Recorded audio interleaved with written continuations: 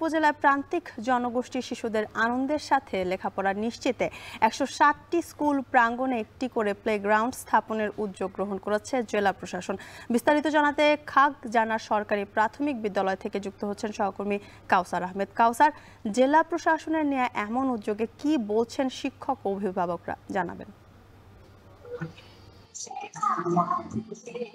যেমন শিক্ষার্থী এবং অভিভাবক যারা রয়েছেন তারা বলছেন যে ইতিপূর্বে জেলা প্রশাসনের পক্ষ থেকে এমন কোনো উদ্যোগ নেওয়া হয়নি, যেটি তারা বলছেন এতে করে যে সমস্ত শিক্ষার্থীরা ঝরে পড়তো সেই সমস্ত শিক্ষার্থীরা এখন বিদ্যালয়মুখী হবে। তারা বলছেন যে বিদ্যালয় প্রাঙ্গণে খেলাধুলার পাশাপাশি তারা দেশ সম্পর্কে জানতে পারবে, নিজের জেলা সম্পর্কে জানতে পারবে এবং ইতিহাস সম্পর্কে জানতে পারবে। আমাদের পেছনেই কিন্তু কিছুক্ষণ আগে টাঙ্গাইলের জেলা প্রশাসক যিনি রয়েছেন তিনি এর উদ্বোধন করেছেন। এখন পেছনে শিক্ষার্থীদের নিয়ে সাংস্কৃতিক অনুষ্ঠান অনুষ্ঠিত হচ্ছে।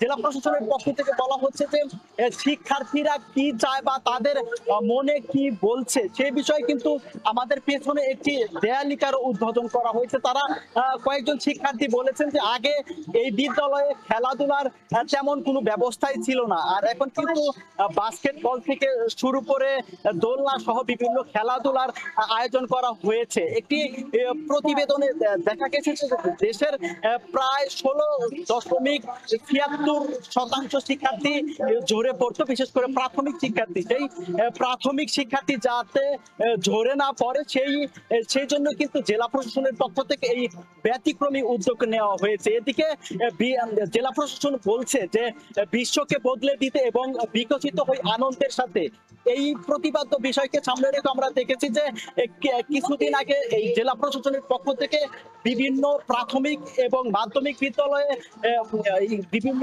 গাছ রোপণ করা হয়েছে। আর এদিকে শিক্ষার্থীরা বলছেন যে এখানে যদি আরো এখন যেভাবে তারা খেলাধুলা করতে পারছেন এই সুযোগটা তাদের ছিল না।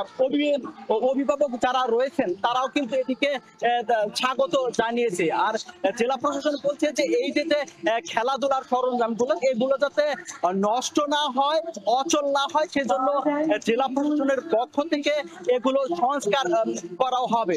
আর এদিকে এই বিদ্যালয়ের শিক্ষার্থী যারা এবং শিক্ষক রয়েছেন তারা বলছেন যে এই প্রত্যন্ত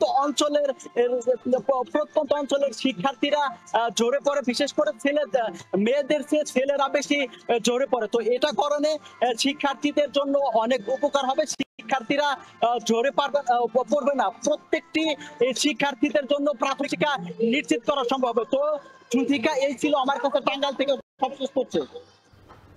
টাঙ্গাইলে বিভিন্ন স্কুলে প্লেগ্রাউন্ড স্থাপন সে খবর জানাচ্ছেন সহকর্মী